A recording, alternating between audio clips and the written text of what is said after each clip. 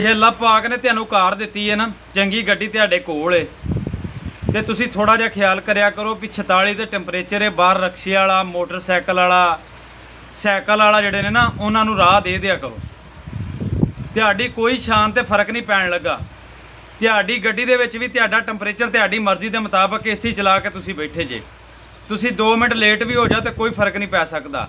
अगर रक्शे वाला या स्कूटर वाला बेचारा बीमार है, अगे 46 ते टैंपरेचर है, तो त्याड़ी इंसानियत कादी है, अल्लाह का त्याड़े ते फजल है। कल इत्थे मैं वेख्या कि रक्शे वाले ने माड़ा जिहा रस्ता नहीं दिता कार वाले नूं।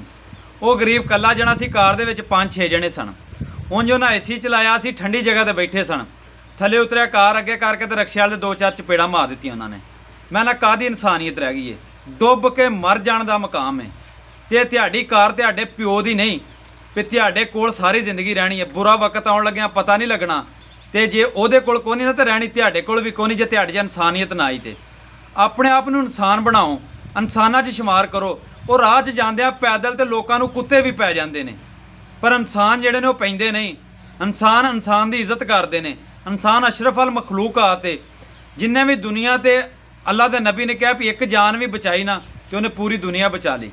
तो जिन्हें एक इंसान की खिदमत की समझ लो इंसानियत की खिदमत कर दी। पर की तुसी साबित करवाना चाहते जे 5-7 बंदे कार ते बह के कि तुसी तगड़े जे? तगड़ी वो अल्लाह की जात है। ਤੁਹਾਡਾ ही खुदा ना खास्ता अगे जाते तुसी उस गरीब नूं मार के गए जे ਤੁਹਾਡੀ कार का अगला टायर ही खुल जाए, टायर ही बरस्ट कर जे, तुसी किस काम दे जे? थोड़े दिन पहलों इत्थे एक कार उल्टी है, ਉਹਦਾ ਰਿਹਾ ही कख नहीं। वो मालक बह कर होंदा सी कि मैं बनवा भी नहीं सकता, मैं अगे धार लई है। अल्लाह के कहर तो डरिया करो, इन्हां गरीबां की बददुआ तो डरिया करो। सियाणे आंदे हुंदे ने कि इन्ना अमीर की ताकत तो नहीं डरना चाहिए जिन्ना गरीब की बददुआ तो डरना चाहिए। गरीब की बददुआ जिहड़ी है अरश का किंगरा हिला देंदी है। तो इंसान बन जाओ तो इंसानियत वास्ते काम करया करो, तो अल्लाह पाक कोलों डरिया करो भी अल्लाह पाक तुहानूं कार ते चढ़ाई रखे।